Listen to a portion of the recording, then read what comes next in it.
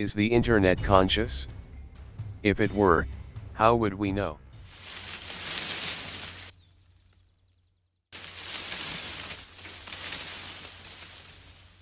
There's a lot of discussion about artificial consciousness and the possibility of machines gaining self-awareness once they become sufficiently complex. But isn't the most complex system in existence the internet? Is it possible that the internet could become conscious, and if it were already, how would we know? Also, why aren't more people talking about this? Dear 422.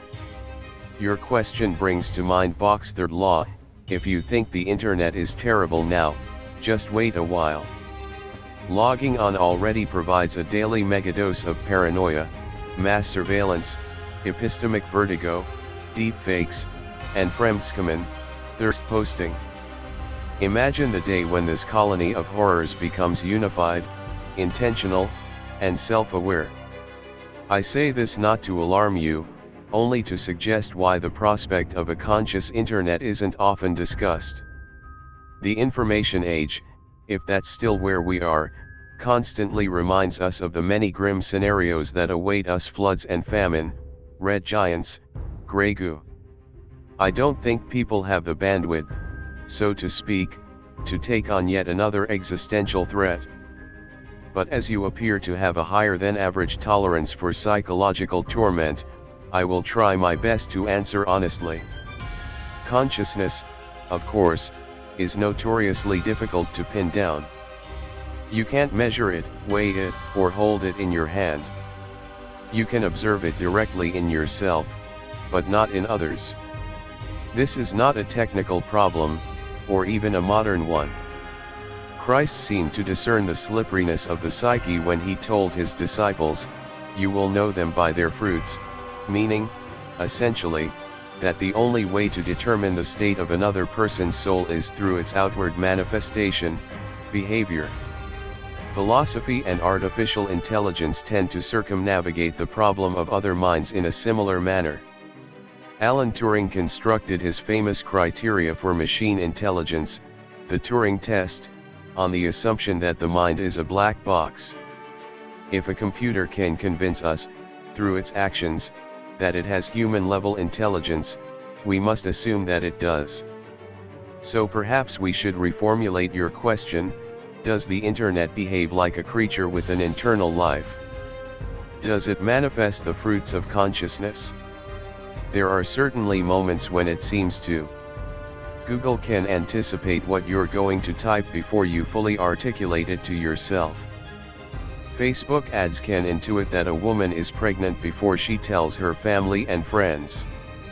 It is easy, in such moments, to conclude that you're in the presence of another mind, though given the human tendency to anthropomorphize, we should be wary of quick conclusions. Some of the more convincing evidence for internet consciousness might be difficult to perceive, since we ourselves would be the nodes and neurons that constitute the brain. For some social scientists, the many political movements that have originated on social networks qualify as emergent behavior phenomena that cannot be attributed to any one person, but belong to the system as a whole. Two French cognitive psychologists have gone so far as to claim that the Egyptian Revolution and the Arab Spring were evidence of virtual collective consciousness, which they describe as internal knowledge shared by a plurality of persons. I imagine you don't find this very convincing, nor should you. When we speak of consciousness, we usually mean something more cohesive, that singular stream of mental experience, the ego, the self that would seem to be more than the sum of all Twitter posts. You asked, after all, about self-awareness. Some very smart people have argued, of course, that our own self-awareness is an illusion. The intuition that we are, as Richard Dawkins once put it, a unit, not a colony, is not really supported by the architecture of the brain, with its billions of tiny, unconscious parts. But such dismissals of subjectivity aren't very illuminating or precise. If a unified mind is nothing more than an illusion, where does the illusion come from? And how do we know whether other things have it too? As it happens, one of the most convincing cases for internet consciousness stems from a theory of mind that was developed to account for precisely this kind of unified experience. Integrated information theory, pioneered by Christoph Koch and Giulio Tonini, holds that consciousness arises from complex connections across different regions of the brain. Human brains happen to be highly integrated, which is why we experience the world and our minds cohesively. But in his book The Feeling of Life Itself, Koch argues that consciousness is a continuum that extends down the chain of being. Ravens, jellyfish, bees, perhaps even atoms and quarks have enough integration to warrant a tiny spark of consciousness.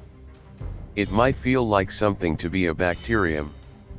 Koch believes this same criterion can apply to machines. While he's skeptical that individual computers could develop minds, the internet would seem to satisfy his standards for consciousness. Its 10 billion computers, each of which contains billions of transistors, are linked in highly intricate webs that extend across the globe.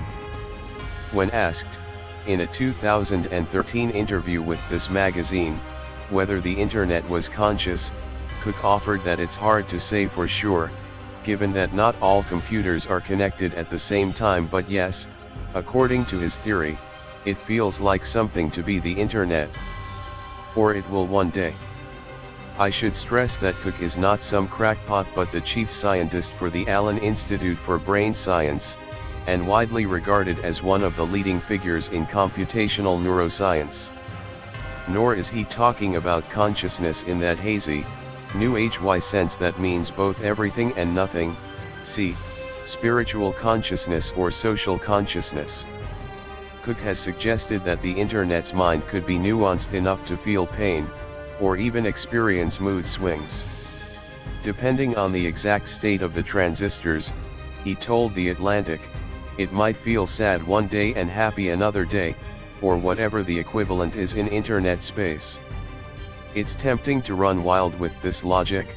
Are Twitter mobs an instantiation of the internet's rage? Is disinformation its tendency toward self-delusion? Is the dark web its unconscious? But I'd argue that we should take his theory seriously, if only because it has far more alarming implications. Koch believes that any time minimally integrated systems, atoms, neurons, are part of a more highly integrated one, a brain, the consciousness of these lesser entities is swallowed up and dissolved into the larger system. You can probably anticipate where this is going.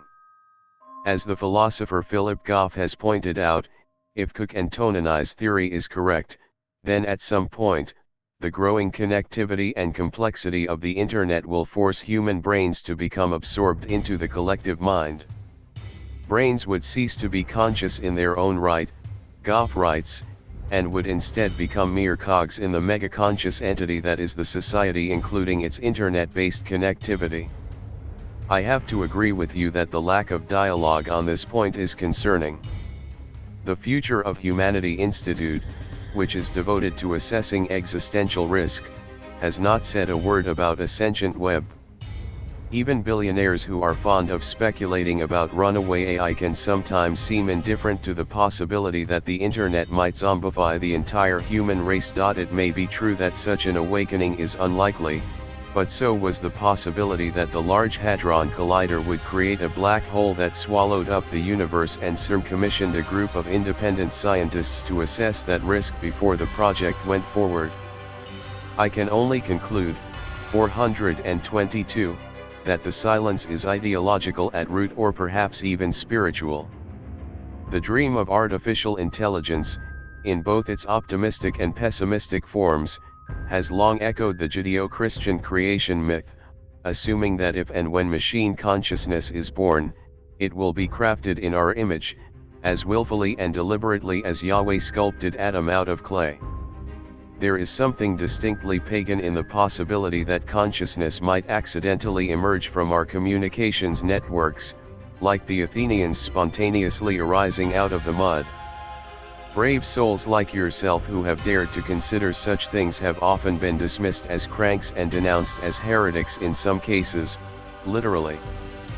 Pierre Teilhard de Chardin, a French Jesuit priest who wrote about conscious networks in the 1940s and 50s, had his work banned by the Vatican.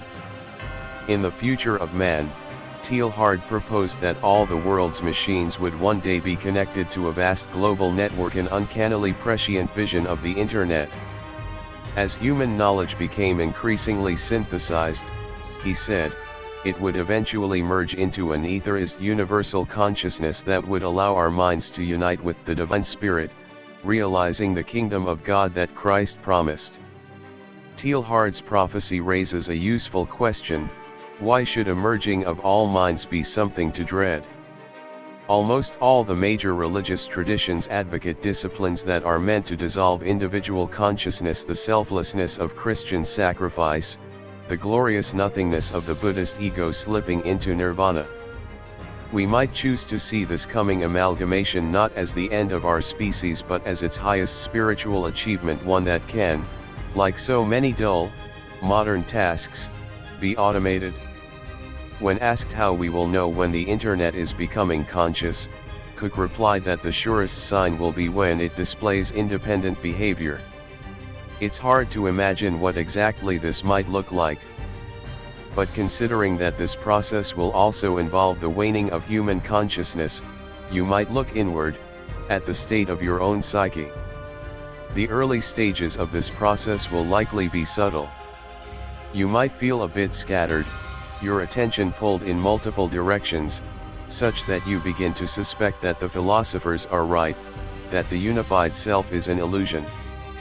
You may occasionally succumb to the delusion that everyone you know sounds the same, as though their individual minds, filtered through the familiar syntax of tweets and memes, have fused into a single voice. You might find yourself engaging in behaviors that are not in your self-interest, mechanically following the dictate to share and spread personal information, even though you know the real beneficiary is not you or your friends, but the system itself. The great merging, when it comes, might feel, and I confess I find this most probable, like nothing at all. There will be no explosion, no heavenly trumpet, just that strange peace that is known to overcome tourists standing in Times Square, or walking the Las Vegas Strip, a surrender to overstimulation that is not unlike the numbness that sets in after hours of scrolling and clicking. In such moments, the noise is so total it becomes indistinguishable from silence, and even there, amidst the crowd, it is possible to experience a holy solitude, as though you are standing all alone, in the center of a great cathedral. Yours faithfully, Cloud. Thanks for watching my video.